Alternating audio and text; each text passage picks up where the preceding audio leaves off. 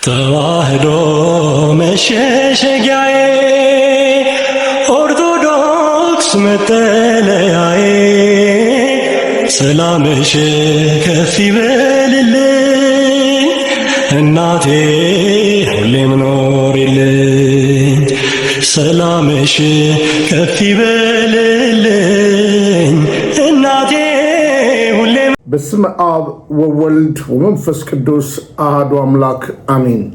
ሰላም ተወዳጆች እንደምን አላችሁ? እኔ የፍጥረት ሁሉ ባለቤት እግዚአብሔር ይመስገን በጣም ደህና ነኝ። ተወዳጆች እንኳን ለ130ኛው ዓመት የአድዋ በዓል አደረሳችሁ። እነሆ በዕለቱ የካቲት 23 የሰማዕቱ ቅዱስ ጊዮርጊስን ነገር ስናስብ ይደንቀናል። አዎ ይህን ታላቅ ሰማዕት የመሰከሩት የራሱ ሰዎች ጭምር ናቸው። በዚህ እንግዲህ አገርን የመጠበቅ የሉዓላዊ ዘመቻ ላይ አጤ ምኒልክ ከፊት ሆነው ጦርነቱን በዋናነት ሲያውጁ ለመከላከል ማለት ነው። ቤተ ክርስቲያን ደግሞ የዚህ ድርሻ ዋና ባለቤት ነች። የዛኔ በግልጽ አማርኛ በቅዱስ ትውፊት እንደምናውቀው የወጣው ታቦቱን እንዳትዘነጉ፣ ዛሬ ታቦቱንና ቤተ ክርስቲያንን ወደኋላ ያስቀረና እንደ ውለታ ቢስ ውለታዋን ያድፋፋ ይህ ዘመንን ስናስብ ልባችን ይሰበራል። በእርግጥ የቤተ ክርስቲያን ነገር የሚጣፈው በነገስታት ብቻ አይደለም።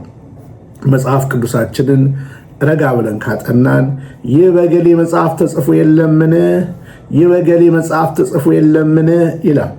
ስለዚህ ቤተ ክርስቲያን በእርሷ በኩል የሀገር ትድግናን ሰማዕቱን ልኮ እግዚአብሔር ትድግና ያደረገበት ጀግና ለወኔ የቆሙ በወኔ የቆሙ ለትውልድ አንድ ነገር እምቢ ለሀገሬ ብለው አስቀምጣለሁ ያሉትን ቤተ ክርስቲያን ሰድራላቸዋለች፣ አስቀምጣላቸዋለች።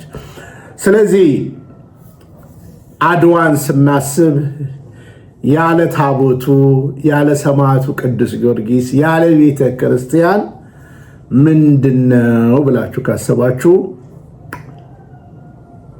በአጭር አማርኛ በመስፈሪያ ውስጥ የሌለ ውሃ ማለት ነው።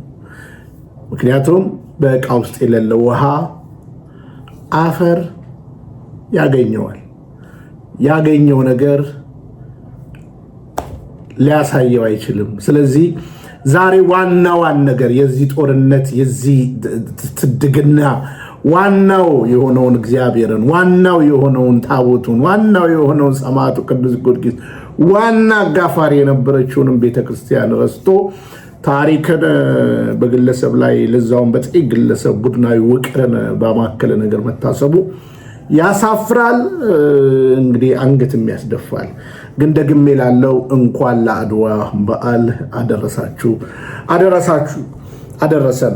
እንግዲህ በዚህ ታሪክ ውስጥ ወንድማችን ቴዎድሮስ ካሳሁን ያጋራውን ጠንካራ ሐሳብ አንስቼ ቀጥላለሁ ማለት ነው። እንደዚህ ይላል አርቲስት ቴዎድሮስ ካሳሁን። የአክብሮት ሰላምታይን በማስቀደም ለመላው ኢትዮጵያውያን ወገኖቻችን በሙሉ እንኳን ለታሪካዊው አንጸባራቂው የአድዋ ድል በዓል አደረሳችሁ የሚል መልእክቴን ሳስተላለፍ በታላቅ ብሔራዊ ኩራት ነው።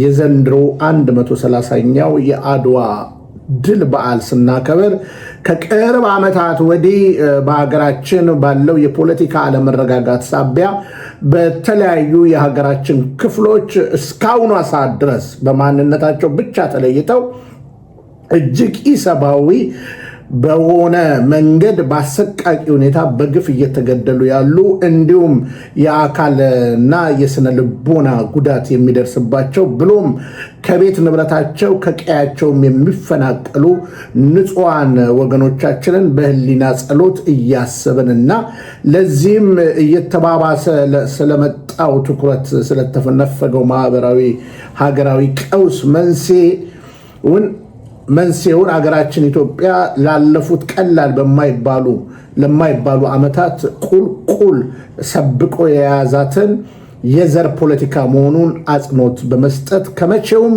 ጊዜ ይልቅ ጊዜ በላቀ መላው ኢትዮጵያውያን ዘርን፣ ሃይማኖትን ሳንለይ በአንድነት በመቆም ለጋራ ህልውናችን ስጋት የሆነውን ጎሳን መሰረት ያደረገውን ስርዓት ለአንዴና ለመጨረሻ ጊዜ በቃ ልንለው የሚገባ መሆኑን በጥብቅ በማሳሰብ ጭምር ነው።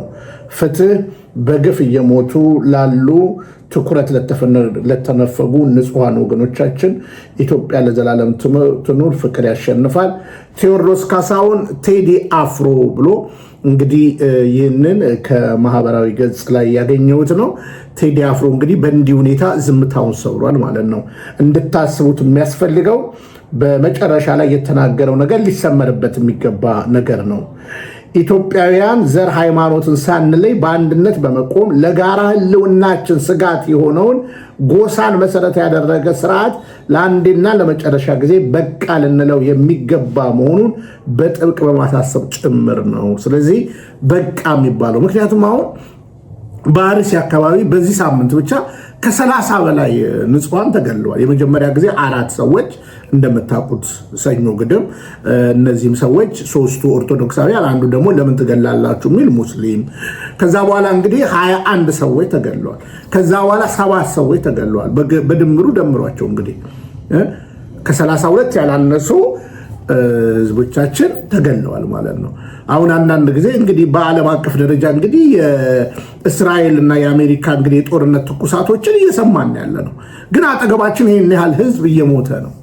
ሰማዕትነትን እየተቀበሉ ነው። በስንክሳር ልክ እንደተጻፉት ሰማዕትነትን እየተቀበሉ ነው። ቤተክርስቲያን እንግዲህ ከሳምንት በኋላም እንግዲህ መግለጫ ትላንትና ምሽት ነው የሰጠችው በነገራችን ላይ እና በግልጽም 21 ሰው ብቻ ብላ ነው መግለጫውን የሰጠችው ማለት ነው። 21 ሰው ብቻ አይደለም፣ ከ32 ሰው በላይ ነው የሞተብን። ስለዚህ ትውልድ መንቃት አለበት። ትውልድ እውነትን እውነት እያለ መስራት አለበት ብዬ አምናለሁ። ስለዚህ ቤተክርስቲያን በእንዲህ ሁኔታ ዝምታን ለምንድን ነው የመረጠችው? እየገደለን ያለው ገዢው መንግስት ነው። አሁን አንዳንዶች እንደው መንግስት አይደለም ምናምን ነገር ብትሉ በፍጹም እና አክራሪ እስልምና ቢባልም የመንግስት ድጋፍ ያላቸው ናቸው እንጂ እነዚህ ሰዎች አይ ማለት ቀላል ነገር ነው። በዚህ አጋጣሚ እንግዲህ አበክር የምናገረው ሌላ አያይዤ አንድም የሚዲያ አልዘገበውም ይህን ጉዳይ። እንዳልኳቸው የኛ ሚዲያ እንኳን ትላንትና ነው ማህበረ ቅዱሳን መዘግቦታል። አንድም በፌስቡክ ላይም የተለያዩ እንደው ታዋቂ የሚባሉት እንኳን አላጓሩትም። ትኩረት ቅራቅንቦ ወደሚሰጣቸው ወደ ዓለም አቀፋዊ ዳሰሳ ነው። ስለዚህ እነዚህ ንጹሃን ጭፍጨፋ ግን ምንም እና የራሱ አራባት የሰው ቤት ታማስላለች እንደሚሉት ልክ እንደዛ ነው እየሆነ ያለው ማለት ነው።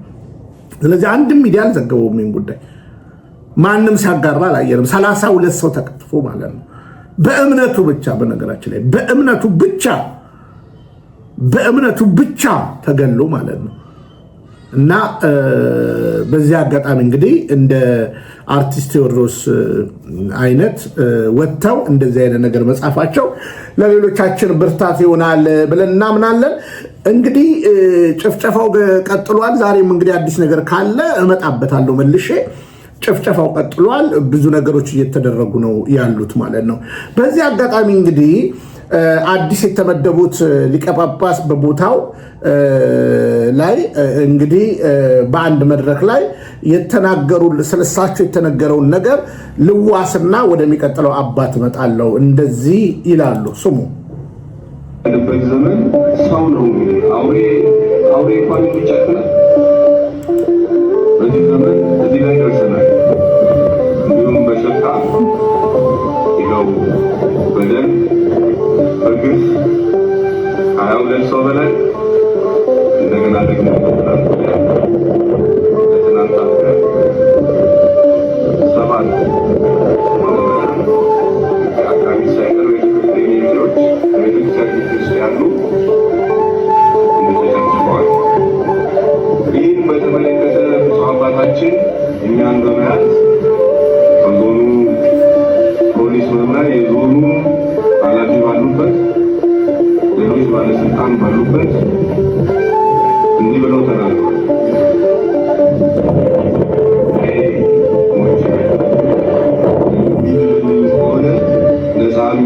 ከሆነ ኦርቶዶክሳውያን የሚተርፉልኝ ከሆነ እኔ ልሞት ያለች ለማካነን ለማሸብሸብ አይደለም መናገረው እውነት የሆነው በዛ ውስጥ እግዚአብሔር ምስክሬ ነው። የአቡነ ናትናኤልን መንፈስ ነው ያየሁት። በረከታቸው ይድረሰንና በ10 ዓመታቸው ላይ ያንን መንፈስ ነው ያየሁት ብፁዕነታቸው ላይ። ስለዚህ ምዕመናን ጠንካራ አባት አግኝተናል። ከጎናቸው ልንቆም ይገባል።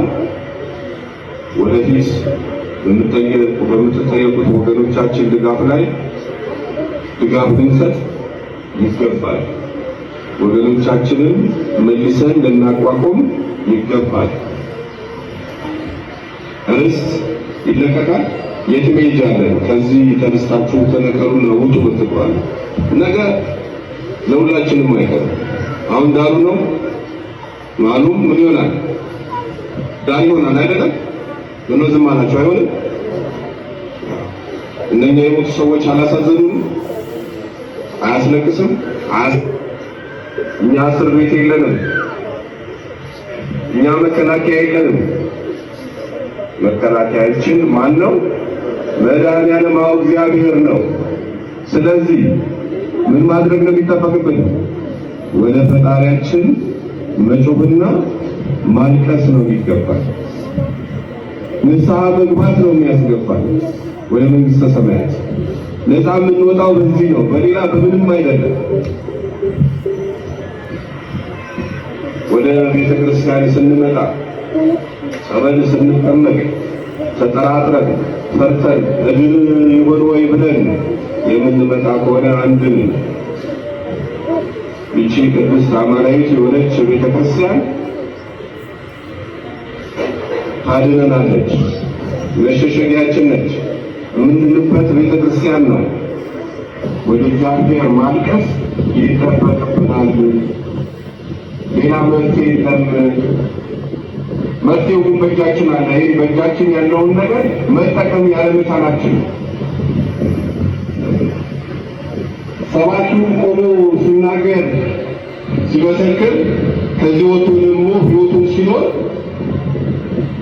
ምሳሌ መሆን ያቃተበት ዘመን ላይ ደርሰናል፣ እኛንም ጭምር ማለት ነው። ስለዚህ ሁላችንም ወደ እግዚአብሔር ልንቀርብ፣ ወደ እግዚአብሔር በንስሐ እሺ፣ ቃለ ሕይወት ያሰማልን አባታችን። እንግዲህ ያው ብፁዕነታቸው ባሉበት ይህንን ቃል ተናግረዋል። እንግዲህ ወደ ሕግ አካልም ሄደው መፍትሄ እንዳላገኙ ግልጽ የሆነ ንግግር ነው የተናገሩት። ምክንያቱም እኔን ግደሉኝ ሕዝቤን ከምትገሉት ብለዋል በአደባባይ። የእውነት ምስክር ነው እያሉ ነው እየነገሩ ነው ያለው። ጥሩ ነው።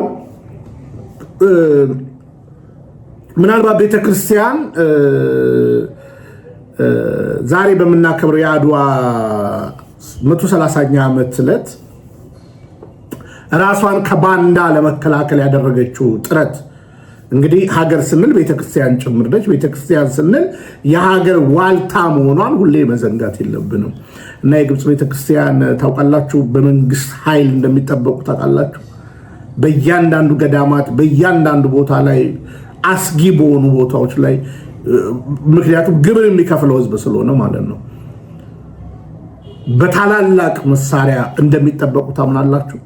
ለምን ብትሉ እግዚአብሔር ከተማን ካልጠበቀ ጠባቂ በከንቱ ይደክማል ይላል አይደል መጽሐፍ። እግዚአብሔር ይጠብቃል። በፖሊስ በኩል። ስለዚህ መንግስት ግን እችን ቤተክርስቲያን ሊጠብቃት አልቻለም። ለዛውም እየገደላት ነው ያለው። ይህን ማሳያ የምነግራችሁ አንድም የኦሮሚያ ሚዲያ አንድም የኢትዮጵያ ሚዲያ እንግዲህ እሳቸው እንደተናገሩት 22 እና 7 አሉ አይደለ? 29 ከዛ በፊት 4 ነበር ብያችኋለሁ። 4 ነበረ 33 አንዱም ሙስሊም ነው። ለምን ትገሏቸዋላችሁ? 33 ሰዎች በአንድ ሳምንት ውስጥ ሀገራታ በግፍ ለዛውም የግፍ አገዳደል ተገለው ሁሉም ዝም ብለዋል። ስለዚህ እንግዲህ ብፁዕነታቸውን ዛሬ ጀጅ ማድረግ አንችልም። ምናልባት ወደ ቦታው ላይ ሄደዋል። ከዚህ በኋላ የሚመጣውን ቀርበው የሚመጣውን ነገርና የምንሰማውን ነገር እንነግራቸዋለን ማለት ነው። ግን ዝምታው ከምንድን ነው? በሶሻል ሚዲያ ላይ ያላችሁ ሰለቻችሁ? ቤተክርስቲያን እኮ ዛሬ በሚከበረው በዓል ላይ ከማንም የተሻለ ሚና ያላት የኢትዮጵያ ኦርቶዶክስ ተዋሕዶ ቤተክርስቲያን ነች። በነገራችን ላይ ቃለቅ ታቦቱ ነው፣ ሰማዕቱ ቅዱስ ጊዮርጊስ ነው፣ ከዛ ህዝቡ ነው፣ መሪው ነው። እና ዛሬ የተሸጡ ባንዳዎች የሚያደርጓቸውን ነገሮች ቆም ብላችሁ እያሰባችሁ ህዝባችንን አልጠብቅ ላለውም እንደ ቴዲ አፍሮ ንጹህ የሆነ መልእክታችሁን አስቀምጣችሁ ህዝብን መታደግ እንዲሆንላችሁ አደራላለሁ። ሌላ አባት የሚናገሩትን ብንስማና ወደ ሌላው መርሃ ግብራችን እንሄዳለን። ላይ ኦርቶዶክስ መኖር አልቻለም። ተሰደዱ ክርስቲያኖች። ለምን? ዜጋ አይደሉም? ማመን አይችሉም? በፈለጉት ማምለክ አይችሉም? የመብተኛ ታቦት ይውጣልን። ማን እንዴ? ጎበዝ፣ ይቺ ቤተክርስቲያን በደሏ ምንድን ነው? እኛ ክርስቲያኖች ራሱ ምንድን ነው የበደልነው? ምንድን ነው የበደልነው? ዝም ማለት፣ መረጋጋት፣ እንዳበሩት አለማበድ፣ ሀገሬ ህይወቴ ማለት፣ ታሪኬ ማለት ወንጀል ነው። ጠሉናል፣ ዝም አለ። ያቃጥሉናል፣ ዝም አለ። ይፈጁናል፣ ዝም አለ። ያፈናቅሉናል፣ ዝም አለ። ዝም አለ። በጅምላ ቤተክርስቲያን ያቃጥላል፣ ዝም አለ። እስኪ ልጠይቃችሁ ኦርቶዶክሳውያን፣ ይሄ ህይወቷ ቤተክርስቲያን አንድነቷ ዝም አሰኛት ህይወቷ እንጂ እንደባለጉት ብንባልግ እኖራለን ወይ? ታስታውሳለህ? ቃሌት ያሰማልን አባታችን። አዎ ቤተክርስቲያን እንደባለጉት አለመባለጓ ነው፣ መብቷንም አለማስከበሯ ነው። በዚህ ያክል ያስናቃት እንዳትረሱት። ከዚህ በፊት መንግስትን ያሸበረ ነገር ይዛ እንደወጣች ታውቃላችሁ አይደለ? በመብቷ ላይ በኦሮሚያ ሲኖዶስ ዋ ብላ እንዴት እንደወጣች ታውቃላችሁ። ታዲያ ይሄው በኦሮሚያውንም እንግዲህ የሚሆነው ነገር ግልጽ ነው። ታዲያ ወዴት አላችሁ? ወዴት አላችሁ ሌሎቻችሁ? ስለዚህ ቤተክርስቲያን ተደፍራለች። ቤተክርስቲያን በጣም ልብ በሚሰብር ውስጥ ነገር ውስጥ አለች። ሁላችን ድምፅ መሆን አለብን። ዛሬ እንግዲህ አፕዴት የሆነውን ኢንፎርሜሽን ከአርሲ እንደሰማው ነግራችኋለሁ። ግን እንኳን አደረሳችሁ ማለት ስላለብን እንግዲህ ዓለም እየታመሰች ነው። በትላንትናው ሌሊትም ኢራን ብቻ ሳትሆን እስራኤልም የተወሰኑ ቦታ እንደተመታች የተለያየ ነገር እየተወራ ነው ያለው እና ትላንትና ማለት ዛሬ ሌሊቱን ማለት ነው። እና እንግዲህ ዓለም እየታመሰች ነው። በአጭር አማርኛ እኛ ደግሞ ሰላም በሚመስል ሀገር ውስጥ በአማራ ክልል ላይ እንግዲህ በትግራይ ክልል ላይ ተጨፍጭፎ ለአሞራ ቀለብ ተሰጥቶት አሞራው በልቶ እስከሚጨርስ ትንሽ ቀለል ያለ ጦርነት እየተደረገ ነው ማለት ነው። ደግሞ በዚህ በአርሲ አካባቢ ለአውሬው እየተገበሩ ነው። በአንድ ሳምንት 32 ሰዎች ነጠላ የለበሱ ወደ ቤተክርስቲያን እግዚአብሔርን ፍለጋ የሄዱ እየተገደሉ ነው ያለው እና አቤቱ የሆነብንን አስብ ብለን ወደ እሱ እንጮዋለን። መንግስት ግን ሊታደገን አልቻለም። መፍትሄው ስለዚህ ማበጀት ያለባቸው አንድ ናቸው፣ አባቶቻችን በዚህ ጉዳይ ላይ ዝምታቸውን ሰብረው የሃይማኖት ተቋማትን በነገራችን ላይ የትኛውም የሃይማኖት ተቋማት አቶ ቀሲስ ታጋይ በሚመሩት የሃይማኖት ተቋማት የወጣ መግለጫ የለም። በነገራችን ላይ የሃይማኖት ተቋማት ነው ስሙ። ግን አንድ ሙስሊም ተገደለ ተብሎ መግለጫው ሲንጋጋ አይታችሁ ታውቃላችሁ። 15 ፕሮቴስታንቶች ተገደሉ ተብለው መግለጫ ሲንጋጋ አይታችኋል። በአንድ ሳምንት 32 ለዛውም በቅርብ ጊዜ የነበረውን ነገር እና እየገደለን ያለው መንግስት አይደለም ትላላችሁ። እኔ ምንም ማረጋገጫለሁ፣ ምንም እንትን አያስፈልገኝም። እየገደለን ያለው መንግስት ነው እና መጠቀም ያደረጋቸው አክራሪ እስልምና ብሎ ነው። እሱ እንግዲህ አፍጥር ምናምን እያደረገ ነው ያለው። ሾው ላይ ነው፣ በነገራችን ላይ መንግስታችን ሾው ላይ ነው። ንጹሃን ህዝብ ይገደላል፣ እሱ ሾው እያሳየ ነው እና እግዚአብሔር ይታደገን። አሁን እንደዚህ እንደምታዩት ሾው ላይ ነው ሰውየው ያለው። ትድግና ግን ከእግዚአብሔር ዘንድ እንጠብቃለን። አንዳንዶቹ እንግዲህ ወንድሞቼ ቪዲዮ ልካችሁልኛል። አቶ መልካሙ የሚባል ሰው አለ። አለመማር መቼስ ክፉ ነው። በነገራችን ላይ አለመማር ክፉ ነው። መሀይምነት ይውደም የምለው ልቀን ለዚህ ነው። ባይ ዘ ዌይ እዛ ጋ እንግዲህ ሜሎስ የሚባላለው ቀለም የሚባሉ ኦርቶዶክስን እናውቃለን የሚሉ ሰዎች አሉ። በመጽሐፍ ቅዱሳችን ላይ የሚናገር ግልጽ ቃል አለ እና አቶ መልካሙ ለሚናገረው በቃ እኮ ፕሮቴስታንት እኮ አንተ ተቃውም እንጂ አብሮ ይቆማል። በነገራችን ላይ አንተ ተቃውም እንጂ አብሮ ይቆማል። በቃ ግን ለምን አይልም? ይሄ ጤነኛ ያልሆነ ጭንቅላት ማለት ነው። እስኪ አንድ ነገር እንስማና አጭር መልስ ሰጥቼ እንጨርሳለን። ሰዎች ስለላካችሁልኝ ማለት ነው። ጥምቀት አያድንም ያለችበትን ወይም ደግሞ ስለ ውሃ ጥምቀት እንዳላወራች የሚያሳይ ዶክመንት አለ።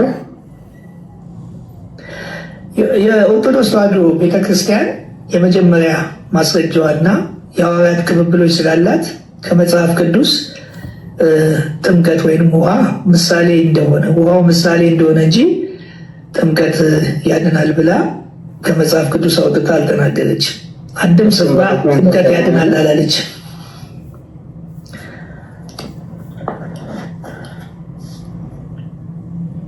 መረጃዋ መጽሐፍ ቅዱስ ነው። ኦርቶዶክስ ቤተክርስቲያን ትልቅ ተቋም ናትና የራሷ ማብራሪያ አላት። ከዛ ማብራሪያ ላይ አሳየን። ይሄ ኦርቶዶክስ ተዋሕዶ ምን እንደሰጠችኝ ታውቃለህ? ይህንን መጽሐፍ ቅዱስ ሰጥታኛለች። ይህንን አንብብና ሃይማኖትን ተከተል ብላኛለች። ይሄ ደግሞ እኔ እኮ የሚገርመኝ ቆይ ቤተክርስቲያን ሐዋርያቶች እንደ መሰረቷት አታምኑም እንዴ? የመጀመሪያ አባቶች እኮ ሐዋርያቶች ናቸው። ከ325 ዓመት በኋላ እኮ ነው 318 ሊቃውንት የመጡት። ከዛ በፊት ቤተክርስቲያን እኮ እንደሌለች ነው የምታወሩት። ቤተክርስቲያን ይሄው ስለዚህ ይሄ ነው መረጃዋ። ማስረጃዋ እዚህ ላይ ስላላት በዚህ ማስረጃ መሰረት ቤተክርስቲያን አስቀምጣለች። ከዚህ ማስረጃ ውጭ የሆነ ዮሐንስ አፈወርቅ ራሱ ማንኛውም እንደውም ካህን መሳሪያው መጽሐፍ ቅዱስ ይሁን ብሎ አስቀምጠው።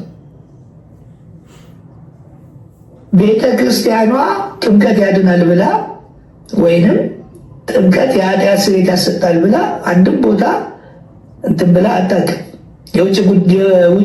የውጭ ግንኙነቱ እንደዛ አይደለም፣ ትርጉሙም እንደዛ አይደለም።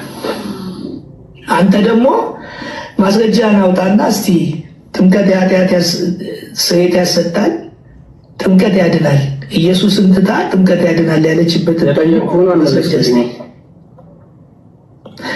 መለስኩልህ እኮ። አንብብልኝ እኮ ነው ያልኩህ። መጽሐፍ ምኑን ላንብብልህ? ታመጣት ትችላለህ። ይኸውና እኮ መጽሐፍ ቅዱስ ላይ ከሌለ የለም ነው። ቤተክርስቲያኗ ላይ መጽሐፍ ቅዱስ ላይ ከሌለ የውሃ ጥምቀት አያድንም ያለችበት። አይሰማኝም፣ ድምፅህ አይሰማኝም። ለምን እንደማይሰማኝ አላውቅም። የውሃ ጥምቀት እንደማያድን የተናገረችበትን ቦታ አሳየኝ። መጽሐፍ ቅዱስን አውጥቼ ከዚህ በላይ ምን ላሳየህ?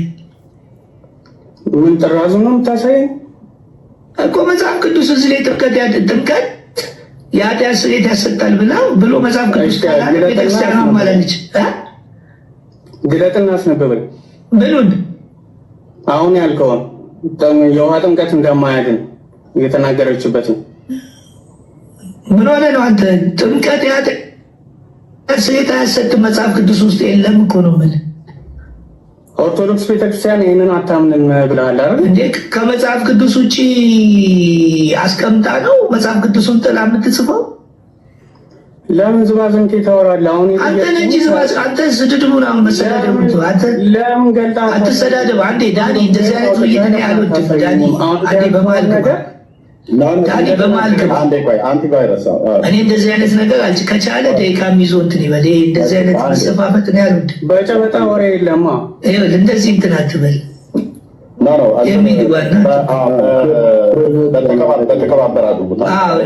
እንትኔም እኮ ፂምም አውጥቻለሁ። ስለዚህ እኔ ከሱ እንደዚህ መሳፈጥ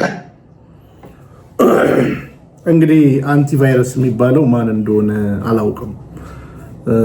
አላውቅም በሆነ ለመናገር ግን እነ ቀለሜ እንግዲህ ተሰብስበው እነ ዳኒ እነ ሜሎስ ተሰብስበው ይሄ ያልገባው ሳይገባው መጣ።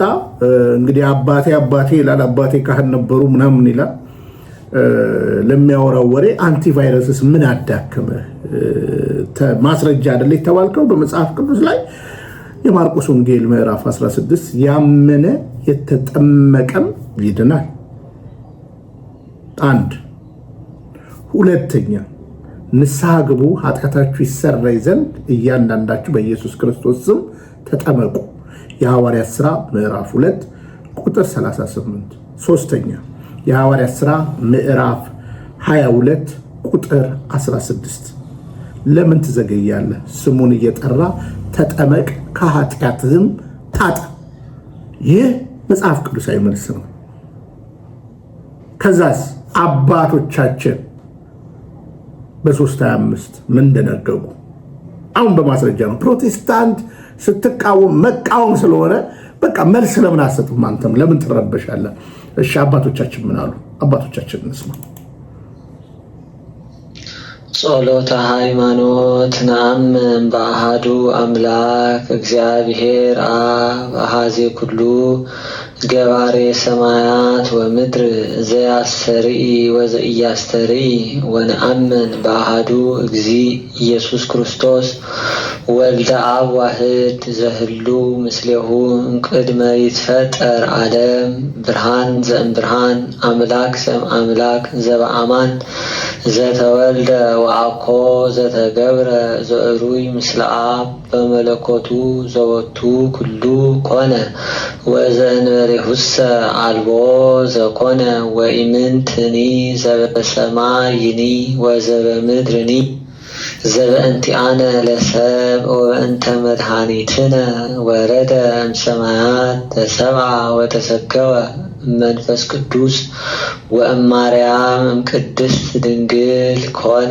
ብእሴ ወተሰቅለ በእንቲአነ በመዋዕለ ጲላጦስ ጴንጤናዊ ሐመ ወሞተ ወተቀብረ ወተንሥአ እሙታን አመ ሣልስት ዕለት በከመ ጽሑፍ ውስተ ቅዱሳት መጻሕፍት አርገ በስብሐት ውስተ ሰማያት ወነበረ በየማነ አቡሁ ዳግመ ይመጽእ በስብሐት ይኮንን ሕያዋነ ወሙታነ ወአልቦ ማህለቅት ለመንግሥቱ ወነአምን በመንፈስ ቅዱስ እግዚእ ማሕየዊ ዘሰረጸ እምአብ ንስግድ ሎቱ ወንሰብሖ ምስለ አብ ወወልድ ዘነበበ በነቢያት ወነአምን በአሐቲ ቅድስት ቤተ ክርስቲያን እንተ ላዕለ ኩሉ ጉባኤ ዘሐዋርያት ወነአምን በአሐቲ ጥምቀት ለስርየተ ኃጢአት ወንሴፎ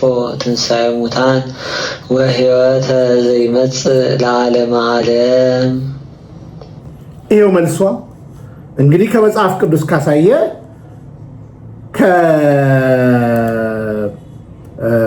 በግልጽ ከመጽሐፍ ቅዱስ ካሳየ ቀጥሎ እንደገና ሃይማኖት አባቶቻችን ከደነገጉት ካሳየ በመጨረሻ ደግሞ ምን ታመጣለህ መሰለ? ከራሱ ከፕሮቴስታንቱ ስኮላር የሚሰማውን ነገር እንደዚህ ታመጣለህ ማለት ነው። ይኸው ስማ ስማ። ተስፋዬ ነው በላይ ቀጥል። ጸሎተ ሃይማኖትን ምናልባት በግዕዝ አቆብያችሁ ነበረ። እንደዚህ በግዕዝ ያጠናችሁ ሰዎች አብረን እንላለን ማለት ነው። ከዛ በቀጥታ ወደ ትምህርታችን እንሄዳለን። ጸሎተ ሃይማኖት ነአምን በአሐዱ አምላክ እግዚአብሔር አብ አሐዜ ኩሉ ገባሬ ሰማያት ወምድር ዘያስተርኢ ወዘኢያስተርኢ ወነአምን በአሐዱ ኢየሱስ ክርስቶስ ወልደ አብ ዋሕድ ዘህልው ምስሌሁ እምቅድመ ፍጥረተ ዓለም ብርሃን ዘእምብርሃን አምላክ ዘእምአምላክ ዘበአማን ዘተወልደ ወአኮ ዘተገብረ ዘእብሩ ምስራቅ በመለኮቱ ዘወቱ ኩሉ ኮነ ወዘእንበሌሁሰ አልቦ ዘኮነ ወኢምንትኒ ዘበሰማይኒ ወዘበምድርኒ ዘበእንቲአነ ለሰብ ወበእንተ መድኃኒትነ ወረደ እምሰማያት ተሰግወ ወመንፈስ ቅዱስ ማርያም ቅድስት ድንግል ኮነ ብእሲ ወስተሰቅለ በእንቲአነ መዋዕለ ጲላጦስ ጴንጤናዊ ሐመ ወሞተ ወተቀብረ ወተንሥአ እሙታን አመ ሣልስት ዕለት በከመ ጽሑፍ ውስተ ቅዱሳት መጻሕፍት ዐረገ በስብሐት ወነበረ በየማነ አቡሁ ዳግም ይመጽእ በስብሐት ይኮነን ያዋነ ወሙታነ ወአልቦ መልእክተ መንግሥቱ ወነአምን በመንፈስ ቅዱስ እግዚእ ማያዊ ዘሰረጸ መዓብ ንስግሮቱ ወንሰቦ ለአብ ወወልድ ዘነበነ በነቢያት ወነአምን በአቲ ቅድስት ቤተ ክርስቲያን እንተ ላዕለ ኩሉ ጉባኤ ሐዋርያት ወነአምን በአቲ ለስርየተ ኃጢአት ወንሴፎ ትንሣኤ ሙታን ወሕይወተ ዘይመጽእ ለዓለመ ዓለም። እሺ በቃናል። እንግዲህ ተወዳጆች መልሱ ነው። ፕሮቴስታንቶች በጭፍን ከመቃወም ቀርቦ መጠየቅና መማር ይሻላል። አንዳንዶች እንግዲህ ወደ ቅድስት ቤተክርስቲያን ተመልሰናል ብላችሁ መጨረሻ ላይ ሲጠረባችሁ ሰው ተከትላችሁ በቀን ለዮሐንስ፣ ለግርማ፣ ለነ ተስፋዬ እንግዲህ ጠረረበት። አሁን እንግዲህ ወደ ፕሮቴስታንቱ ለመመለስ ሲያስብ ቤተክርስቲያንን ማትለው ምናምን ነገር ቤተክርስቲያን ትላለች። እውነት ለመናገር ይህ ሰውዬ የቤተክርስቲያን ዶግማን ያውቋል። 5ቱ አዕማደ ምስጢራትን ያውቋል። አንዱ ምንድን ነው? ምስጢረ ጥምቀት። ምስጢረ ጥምቀት የኃጢአት ስርየት የሚገኝበት ደግሞ ክርስቶስን የምንለብስበት እና ምሳሌ ብላ አስተምራው ማታቅም ንቁ መልእክቴ ነው። ከልብ ነው የምወዳችሁ፣ ከልብ ነው የማከብራችሁ። ዳግመኛ እንኳን ለአድዋ 130ኛ ዓመት በዓል አደረሰን አደረሳችሁ። ጀግኖች በአደራ ያቆየሉንን ታላቂቷን ሀገር ዛሬ በእንዲህ ሁኔታ አርክሰናታል እና ሁላችንም የዜግነታችንን ሚና እንወጣ። እግዚአብሔር ቢፈቅድ በሌላ ቪዲዮ መለሳለሁ። በዚህ አጋጣሚ እንግዲህ ትላንትና የጀመርነውን በአሜሪካ እንግዲህ ዲሲ ላይ እየተሰራ ያለውን የቅዱስ ገብርኤል እንግዲህ ዳግማዊ ቁልቢ ገብርኤል ቤተክርስቲያንን አሁን እዚህ በምናስቀምጥላችሁ የዜል አካውንት የሰንበት ትምህርት ቤት ተወካዮች የሆኑት መዘምርት ኤልሳቤጥ እንዲሁም እህታችን ሚስጥር እህታችን ምስራቅ ተወክለው መጥተው ትላንትና ምሽት ድምፅ እየሆንን ያለ ነው። ገንዘብ እንድትረዱ እችን ቤተክርስቲያን አብረን እንቁም። ዳግማዊ ቁልቢን እንግዲህ በዲሲና አካባቢ እግዚአብሔር አሁንም በዛ ቦታ ላይ ከመሬቱ ከመገዛቱ በፊት እንግዲህ በቦታው ላይ እንግዲህ ምንጭ እንደፈለቀ ታውቃላችሁ። ብዙ ተአምር የሚሰራ ጸበል ፈልቆ ብዙ ነገር እየተሰራ ነው ያለው እና እግዚአብሔር ለቦታው ጠንቃቃ ነው እና ብዙዎች በዛ ጸበል እየተፈወሱ እንዳለ ምስክርነት ሰምተናል። እና በእውነት ለመናገር እንግዲህ ከእግዚአብሔር የሚፈልቁ ምንጮች ጸበሎቻችንን በእንዲህ ሁኔታ ለተአምራት እየተጠቀመ ያለ እግዚአብሔር አምላክ ለስጋ ፈውስ እየተጠቀመ እየፈወሰን ያለ እግዚአብሔር አምላክ እንዲሁም ደግሞ የቅዱሳን መላእክቱ ተራዳይነት ስለ መላእክት ትላንትና የተናገርነው የተወያየነው ነገር አለ። ዛሬ እንመለስበታለን። በመላእክቱ ዙሪያ ጥያቄ ያላችሁ ፕሮቴስታንቶች መምጣትና መቅረብ ትችላላችሁ። ቀርባችሁ መማር ትችላላችሁ። እና በዲሲና ዙሪያው አካባቢ እንግዲህ ያላችሁ በመላው ኢትዮጵያ ዓለማት ዙሪያ የተበተናችሁ ይህንን ቤተክርስቲያን ለመስራት በሚደረገው ርብርቦች ላይ ሁላችሁም ጠጠር ጣሉ መልእክት ነው። ይሄው የዜል አካውንት በቤተክርስቲያኑ የተከፈተ ይሄ እንድታደርጉ ያደራ መልእክቴ ነው። ከልብ ነው የምወዳችሁ፣ ከልብ ነው የማከብራችሁ። በርቱ፣ እንጹም፣ እንጸልይ፣ በምጽዋት እንበርታ። ለሀገራችን አንድነት ደግሞ ከወትሮ በተለየ መንገድ እንጩህ መልእክቴ ነው። ዓለም ሰላም እንድትሆን ቤተክርስቲያን ሁሌ ታሳስባለች እና በዓለም ላይ ያለውን የጦርነት ውጥረት በቃ ይበለን። ሀያላን እንግዲህ ሀያልነታቸውን ተጠቅመው ይህንን ዱላ ቀረሽ ጦርነት እንቀጥለዋለን ብለው ትላንትና ምሽትም ትራምፕ ያወጡት መግለጫ አለ። መሰል ነገሮች ከተለያየ ቦታ የተሰማ ነው። መሰል የአሜሪካም ሆነ የአሜሪካ ግዛት የሆኑ ወይም የጦር ካምፕ የሆኑ ቦታዎች እየተመቱ ናቸው። በዩኤም በተለያየ ቦታም እየሰማን ነው። እንዲህ አይነት መሰል ነገሮች ኬንያም ላይ እንዳላት አሜሪካ መረጃ ያሳያል። እንደገና ደግሞ ኢራንም ደግሞ እየተደበደበች ነው ያለው።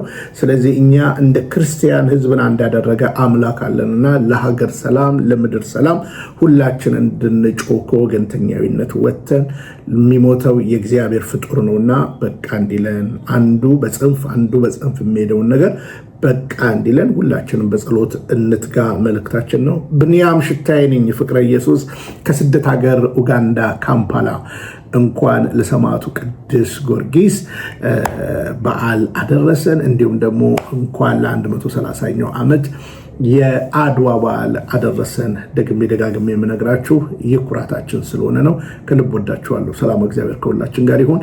መርሃ ግብሬ ከተመቻችሁ ላይክ እያደረጋችሁ እንድትወጡ፣ ለሌሎች እያጋራችሁ እንድትወጡ ያደራ መልክቴ ነው። ቸር ቆይ። ሰላም። ተዋህዶ መሸሸጊያዬ፣ ኦርቶዶክስ መጠለያዬ፣ ሰላምሽ ከፍ ይበልልኝ እናቴ ሁሌም ኖሪልኝ። ሰላምሽ ከፍ ይበልልኝ